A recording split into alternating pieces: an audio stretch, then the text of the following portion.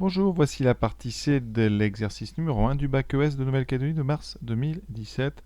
C'est une partie très courte sur l'intervalle de fluctuation asymptotique au seuil de 95%. Donc à condition de connaître son cours, eh bien l'exercice se fait tranquillement. Alors on va faire une étude du nombre de gens qui achètent. Alors sur son échantillon, c'est-à-dire la fréquence observée, 16 sur 75 n'achèteront pas. Ça veut dire que combien achèteront? Mais vous faites 75 moins 16. Donc on est à 59. 59 sur 75 compte acheter. Donc 75, 59 sur 75 achèteront.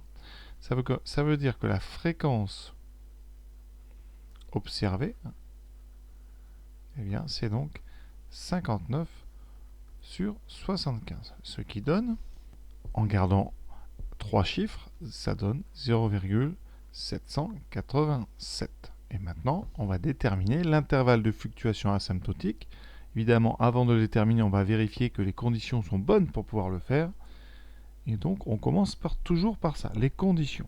Alors, les conditions, il y en a 3. N supérieur ou égal à 30, NP supérieur ou égal à 5 et N fois moins P supérieur ou égal à 5. Alors, dans notre exercice, notre échantillon donc, est de taille 75, qui est supérieur ou égal à 30. Donc, ça commence bien. La probabilité qui nous intéresse, c'est 0,85. Donc, il va falloir calculer bien 75 fois 0,85. Et on calculera aussi 75 fois 1 moins 0,85. Et on regardera si c'est plus grand ou plus petit que 5. Alors la machine, on trouve pour le premier 63,75, qui est bien supérieur ou égal à 5 largement. Le deuxième, c'est 11,25, supérieur ou égal à 5.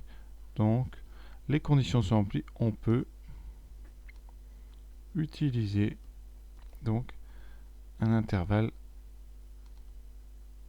de fluctuation asymptotique.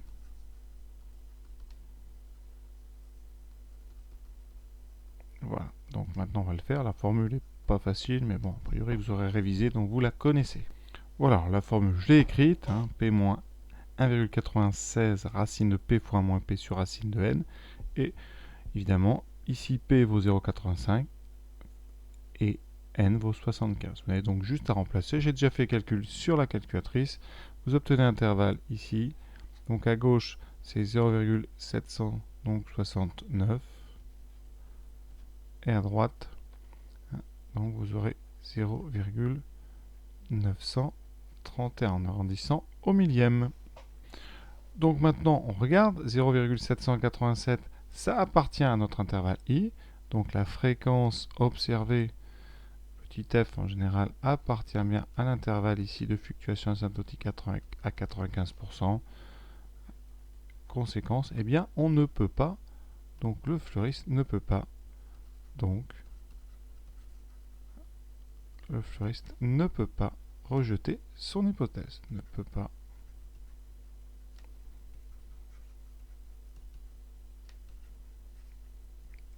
Et voilà, l'exercice est terminé. À bientôt.